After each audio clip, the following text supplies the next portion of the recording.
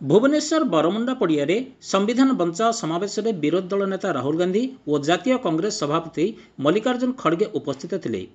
केंद्र सरकार 11 वर्ष और राज्य सरकार 1 वर्ष में सारा देश को लुट कर सरकार खनि पानी विद्युत सह आदिवासी जमी को मध्य विभिन्न कंपानी को साग माछ दर में बिक्री कर नारीर सुरक्षा सह बजार दर न कहवा भल हजार हजार लोकंकु किपरि संविधान बंचाइबा से उपर उद्बोधन देइचंती राहुल गांधी।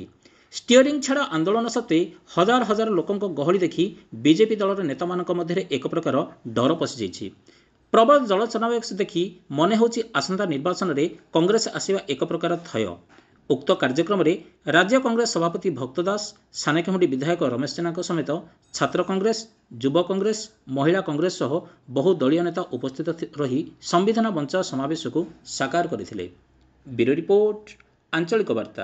राहुल गांधी संविधान बंचाओ सभारे जो उन्मोचन कले ताको ओडिशावासी स्वागत करथिले।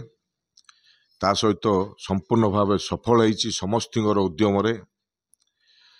बाकी जो गुरु मंत्र देइचंदी जे समस्त एक ही कि लड़ राज्य रे सरकार आसिला परे दुर्नीति भ्रष्टाचार बढ़िबा सहित छोट छोट झील मान रेप एंड मर्डर होउछि, गैंग रेप होउछि एवं दलित लोकों प्रति अत्याचार होउछि। ए जो परिस्थिति को आखि आगे रखी समस्त एक ही कि लड़ आ बाकी ए सरकार अमल समय रे जो जो दुर्नीति भ्रष्टाचार होउछि ताकू लोकलोचन को आण आ ताकू विरोध कर। जहाँ सब कहते सब सत्य सत्या कथा।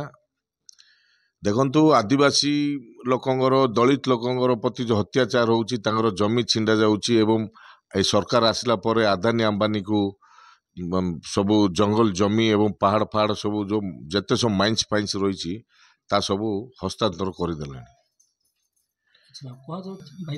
ये सुनिश्चित कथा जदि स्टीयरिंग छाड़ आंदोलन जदि न थांदा ताहले माने भाव्य ही न थांदा जो प्रकार लोक जाइथांदे। लोक चाहुचंती एवं आगो को भल हबो।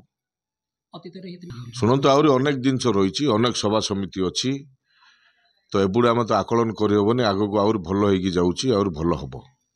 दल भितर कंदल टिके लगी रही दल भितर कंदल जो लगी रही वर्तमान परिस्थिति केबे थिला वर्तमान परिस्थिति नहीं से सब जिनस सक्सेस होची आपण मान देखि पारुथिबे।